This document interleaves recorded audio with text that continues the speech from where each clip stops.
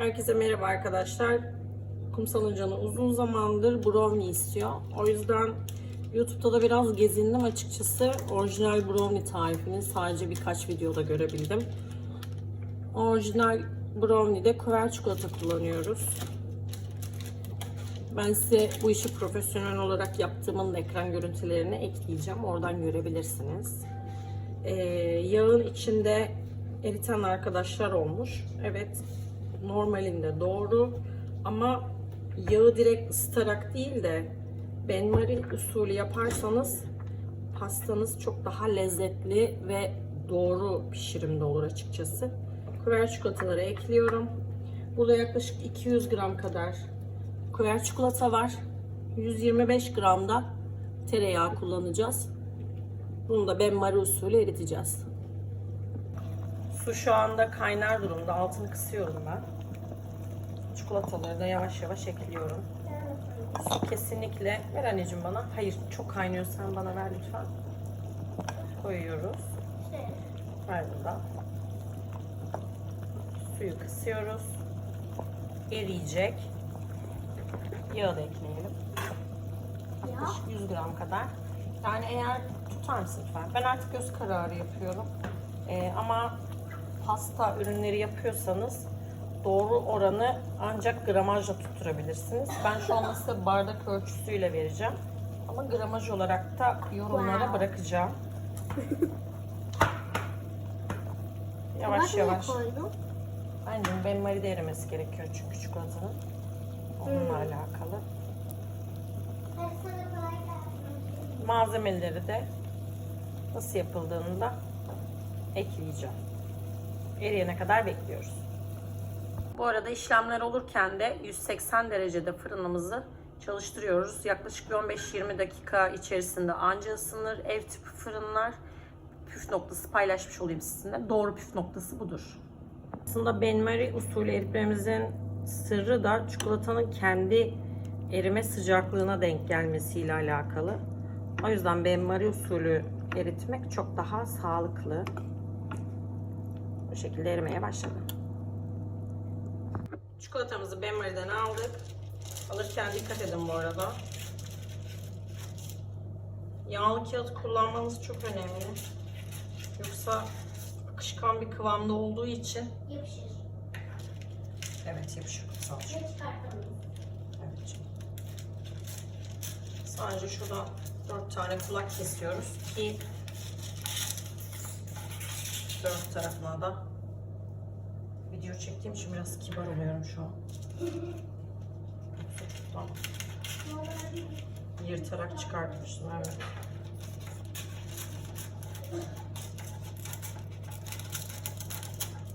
Hastanede biraz bunlardan kiloyla yapınca bu kadar yavaş yapma gibi bir lüksünüz olmuyor.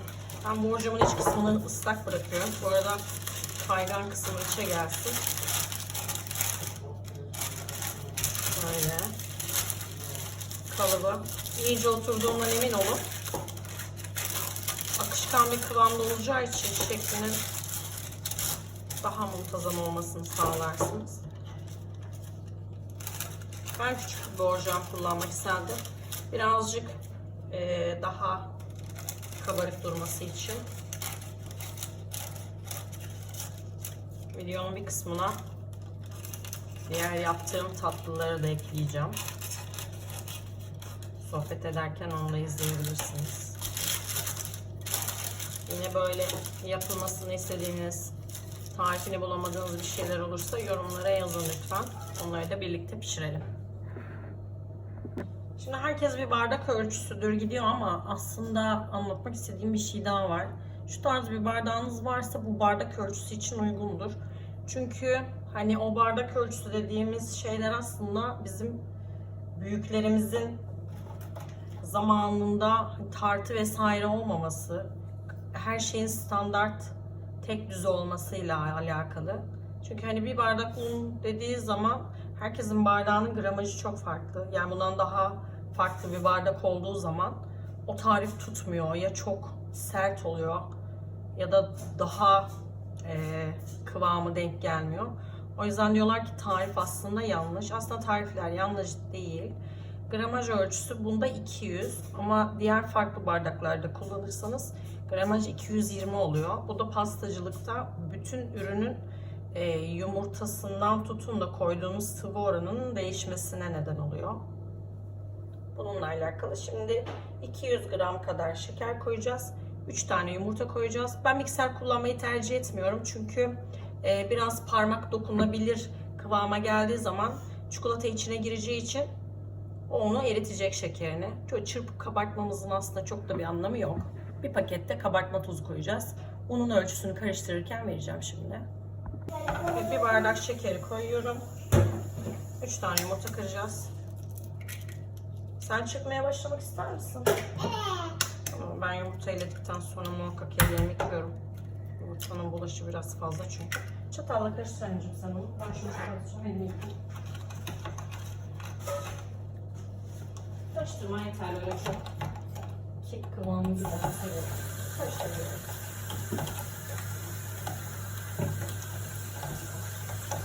Arkadaşlar biz karıştırırken abone olup like atmayı unutmayın. Teşekkür ederim. Şöyle çırpayım mı? Evet evet.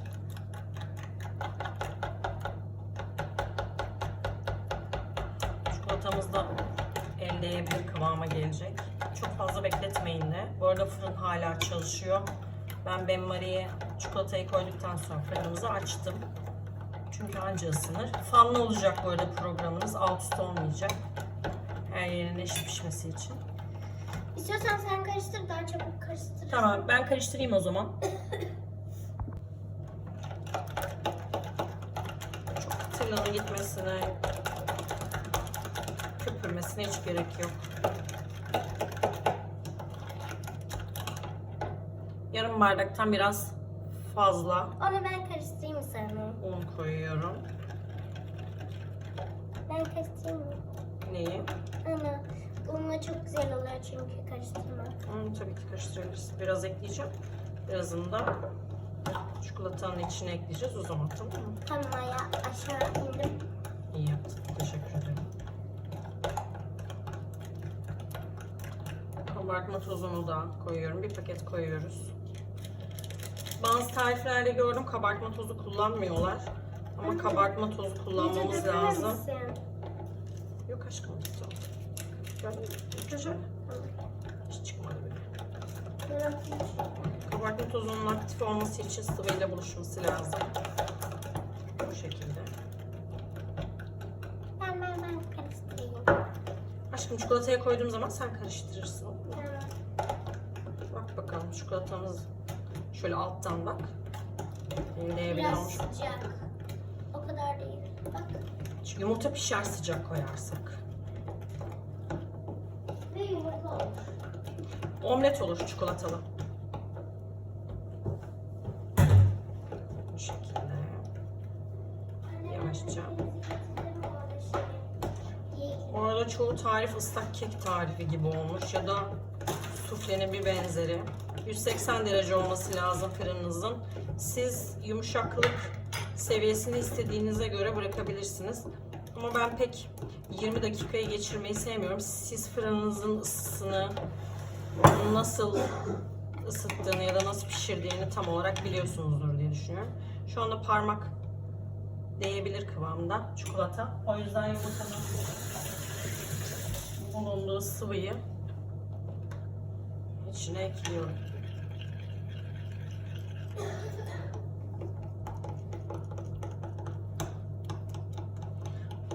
Orada bazı tarifleri yakından inceliyorum. Elimden geldiğince çoğuna da yorum yapmaya çalışıyorum.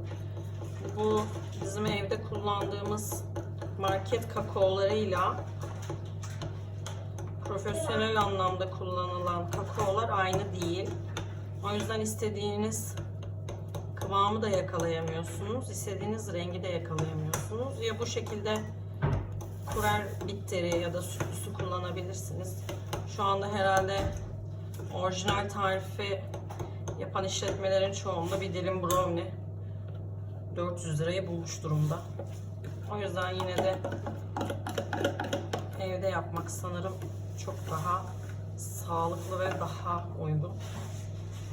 Çünkü kumsalda sipariş verelim dedik. Hem bir güvenle ilgili bir problemim var bu işin içinde olduğum için. Hem de maliyet olarak çok fazla. Yani 2 dilim brownie'ye 800 lira vermekse şu evde yapmak çok daha iyi. En azından biraz da anne kız vakit geçirmiş oluyorsunuz. Evde boş boş oturacağım da. Evet. Biz yemek pişirmeyi çok seviyoruz. Bu şekilde kalıba döküyorum. Anne tavuklar çöp atıyorum. Tarifi yapmak istiyorsanız şu an A101'de. Reklam değil bu arada. Evet. Ver çikolata indirimde alabilirsiniz.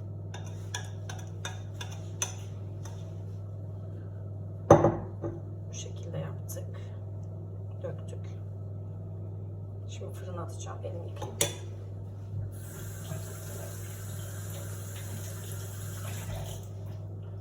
Yakından da görüntüsünü göstereceğim şimdi.